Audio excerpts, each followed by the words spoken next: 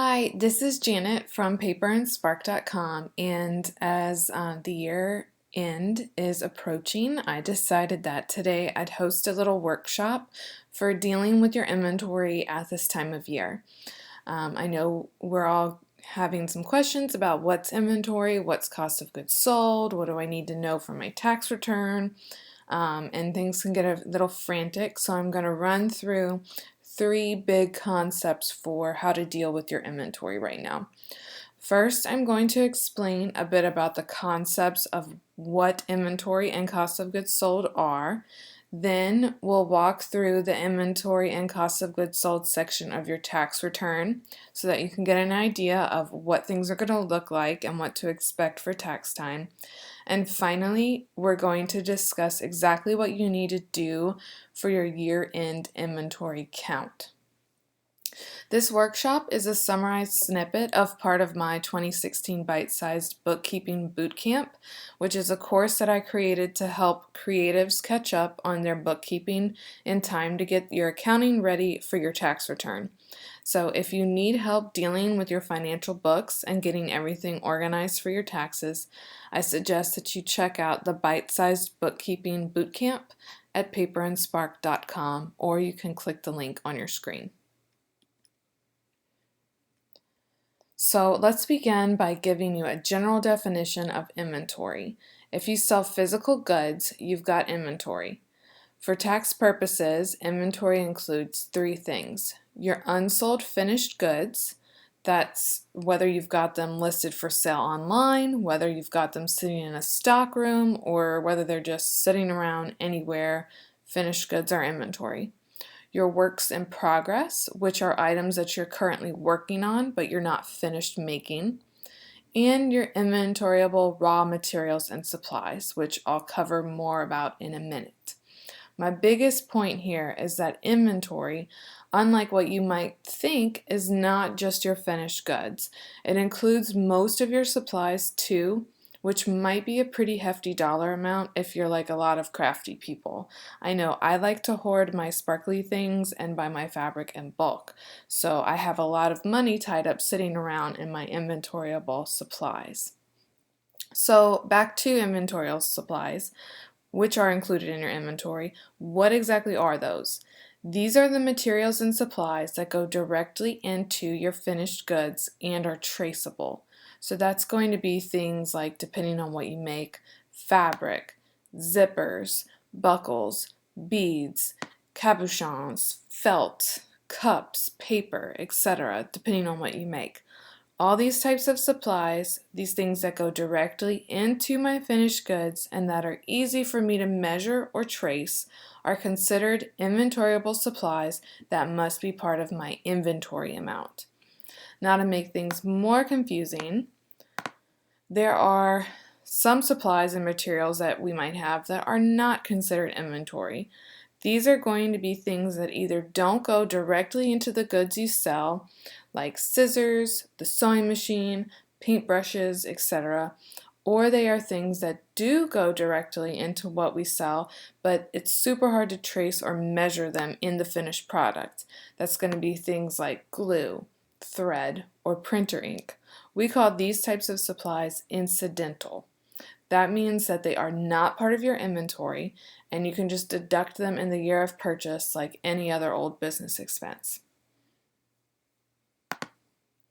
So you might be asking yourself right now, do you have inventory? So what if you create handmade goods? If you've got handmade goods, you've got inventory. You probably have supplies sitting on your shelf that you make your inventory with, and you might have some already made items sitting on your shelf, or you create products on demand. So if I don't have finished goods sitting on my shelf, maybe I don't have inventory. No, sorry. You still have those raw materials and supplies that you either buy when you need them or you have sitting on your shelf, and those inventoriable materials and supplies are considered inventory. So even if you create products on demand, you still have inventory. What if you use a drop shipper? One of my businesses, I order items on demand as a customer orders them, and they're shipped from a third-party printer. I don't keep anything in stock. I don't have any inventory on my shelf.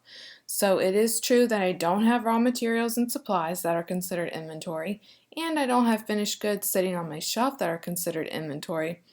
But I still have costs of goods sold, which we're going to cover more in a minute. So I still have to deal with inventory. If you're a reseller and you purchase items at wholesale, mark them up, and then resell them, you still have inventory. This might apply if you're like a vintage seller or a supply seller on Etsy. You still got inventory. You don't have any of those raw materials and supplies to deal with because you're not creating things, but you still have inventory and cost of goods sold to deal with. What if you sell digital goods? Well, my friend, you are very lucky and you can just stop watching this presentation, because if you sell digital goods, you don't have inventory.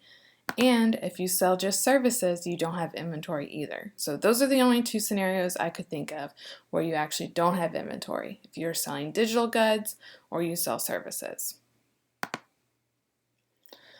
So what is cost of goods sold? Cost of goods sold is so important because it's a timing issue on your tax return. Now, most business expenses you can deduct in the year you purchase them on your return, but that's not the case when it comes to the inventory and inventoriable supplies. These cannot be deducted until the year you make the item with that supply actually sells. This deduction is called your cost of goods sold deduction, or COGS for short. So let's think this through. As a maker, you probably buy a bunch of supplies and materials to make your goodies. If you sell jewelry, you've got tons of sparkly beads, stones, wire, chains, and more hanging around. If you could deduct all of those supplies in the year that you bought them, you could just buy supplies all day long to lower your tax bill. The IRS doesn't want you to do that. So you can't deduct the cost of that material until the piece of jewelry you make with it is actually sold or purchased by a customer. We have to track our inventory amounts from year to year for tax purposes, and our inventory is considered an asset, which is a term that you might have heard before. It's basically like a future benefit with no current tax consequences, and we consider it an asset until it sells. When it sells, it then becomes cost of goods sold, which is a tax deduction. So every year we've got to be ready to report to the IRS what our inventory amount is. Now that we understand a little bit more about what inventory and COGS actually are, let's take a look at how they're reported on your tax return. Now this is a screenshot of page 2 from your Schedule C, which is the form that you're most likely required to fill out for your business each year. Page 1 has got all the usual stuff like your total sales and your business expenses, and then page 2 has got part 3, which is especially for calculating your COGS deduction. Taking a look at part 3, let's go line by line through the calculation. First we have line 35, which is beginning inventory. This should be 0 if it's your first year of business, or whatever amount you listed as ending inventory last year would just roll over to this line. Next, we add line 36, which is your purchases for the year less items withdrawn for personal use. This is going to be the cost of any goods that you buy at wholesale or at whatever cost to resell. So think about items that you buy and then mark up and sell to your customers. That's what would go on this line. This is also the line where you're going to make sure to subtract out any supplies or finished goods you end up removing from your inventory stash for personal use. Line 37 is where you add in the cost of labor. Note that it says don't include any amounts paid to yourself. So we don't include any salary or wages that you pay yourself from your business. This is only if you pay employees for help in making your goods. Line 38 is where you add in the cost of your inventoryable materials and supplies. So all those items that we discussed in the previous slides, the supplies that you buy to create the goods that you sell. And something that I want to note here, there's some confusion with the difference between line 36 and line 38. I've heard different tax experts use those lines interchangeably. So some people will advise you to put the cost of your inventoryable supply purchases in line 36, and some will say line 38. To me, it doesn't matter. I don't really think there's a right or wrong, and I don't want you to get confused about which one is which. The most important thing is that you just pick a method and which term makes the most sense to you, and be consistent from year to year with where you put those inventoryable supply purchases. Next we have line 39, which is other costs, and I've never really seen anybody have to use that before. And then we have line 40, which is just adding all of those items together, and I like to call line 40 the cost of inventory available for sale. This basically represents the cost of all those finished goods sitting on your shelf waiting to be sold, and the cost of all those inventoryable supplies and materials that you use to create your finished products that are also still on your shelf. So then we have line 41, which is your inventory at year end. That's the cost of all the finished goods and inventoryable supplies still sitting on your shelf as of December 31st. We subtract that out from line 40 and we get our cost of goods sold deduction. So this tax form is basically having us say line 40 minus line 41 gets us your cost of goods sold. Think about that a little bit in real world terms. Line 40, which remember represents everything we started with this year, plus everything we purchased over the course of the year, so that's everything we had available for sale this year, minus what is left at year end, and the difference between those two numbers must be what we sold. Everything we had minus everything that's left gives us everything we must have sold, all at cost. And that's how we calculate the cost of goods sold deduction. Is your mind blown yet? So what do we need to do right now to fill out this part of our tax form? Let's take a look at that equation one more time. Beginning inventory plus all our purchases equals everything available for sale minus ending inventory gives us COGS. So for our tax return, we basically need to know two of these numbers in order to fill it out. We need to know our total purchases for the year and our ending inventory on December 31st. How do we figure out these numbers? Well, you may have been logging your materials and supply purchases throughout the year, so if you've been doing that, you're halfway there. Good job. But in order to figure out ending inventory, we've got to do the dreaded end of the year inventory count. And that means counting and measuring all your stuff.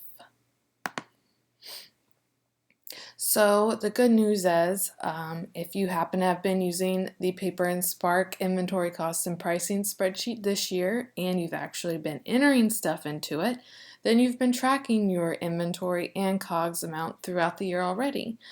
Now, I will say that you should most definitely still do a year-end count to verify and potentially adjust the numbers that the spreadsheet has been calculating for you. So just a real quick snippet, if you have the spreadsheet and you've been keeping it updated, you can check out your sales tab for the year and it will tell you your total materials and supplies purchases for the year, your ending year finished goods inventory, those are just your finished goods, and your ending year materials and supplies amounts. So those two last totals added together should give you a year-end inventory count, that 347 in this example. Now again, I would always highly suggest that you go do a physical inventory count of your supplies and your finished goods that are sitting around, and make sure that this number that the spreadsheet is calculating for you seems reasonable. Okay, so you might need to adjust for waste or take things out for personal use. There's a lot of potential that you still might need to adjust the number that the spreadsheet's calculating for you. I don't want you to just rely solely on that amount. Okay, if you haven't been on top of your game this year and you haven't been using a system to enter your inventory purchases or measuring your supplies and inventory as you go, then you're going to have a lot of work right now to calculate those two amounts that you need for your tax return. First, I suggest you check out my bite-sized bookkeeping bootcamp for Etsy sellers. This bootcamp is a course that I designed to help you catch up on your bookkeeping work for the entire year. It's not going to help with just your inventory stuff, but also your accounting stuff as well. That means you'll be figuring out your total sales for the year, your refunds, and all your business expenses and deductions. Plus, it's going to help you through the easiest way to count your inventory at year end. The bootcamp includes all you need to catch up. That means your Etsy seller spreadsheet for bookkeeping work, and it's got a specially crafted template for counting, measuring, and entering your inventory. I've broken up all these tasks into bite-sized chunks so you can do this somewhat overwhelming amount of work in tiny baby steps. It's a lot more bearable. And you can check out the bootcamp by clicking the link here. And if you decide you'd rather do it on your own, that's totally fine. You'll just need to take some time to formulate either a spreadsheet or a log to help you do your year-end inventory count. I'll summarize exactly what you need to do for the counting process next. Alright, so to do.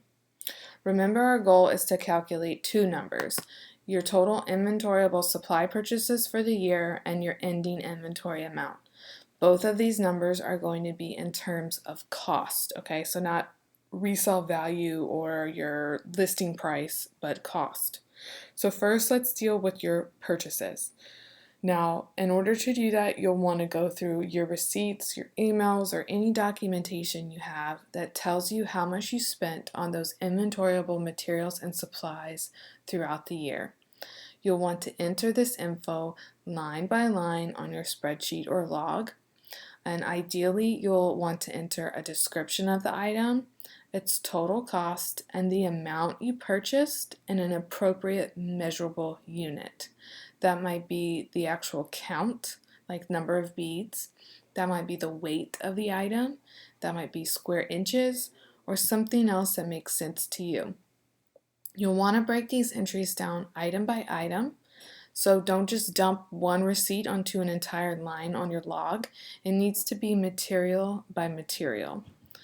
And the total cost of the item should include any discounts that were applied, any sales tax you paid, or shipping paid if applicable. Now, later on in the next step, to determine the cost of what you have left at the end of the year, you'll end up needing to know the cost per unit of what you paid for. So I like to set up my spreadsheets to go ahead and do that step automatically for you. If you're using one of my Paper and Spark spreadsheets, or if you're in the bootcamp, the template that you use already does this for you. But if you're doing it on your own, you should try and add a section or a column that takes your total units purchased and divides it by your total cost to calculate your cost per unit, which is shown on this example spreadsheet. And once you've logged your purchases for the entire year, you can add all those costs together, and that sum is going to be your raw materials and supplies amount for part 3 of your Schedule C. Now the next step is to figure out your ending inventory amount as of December 31st.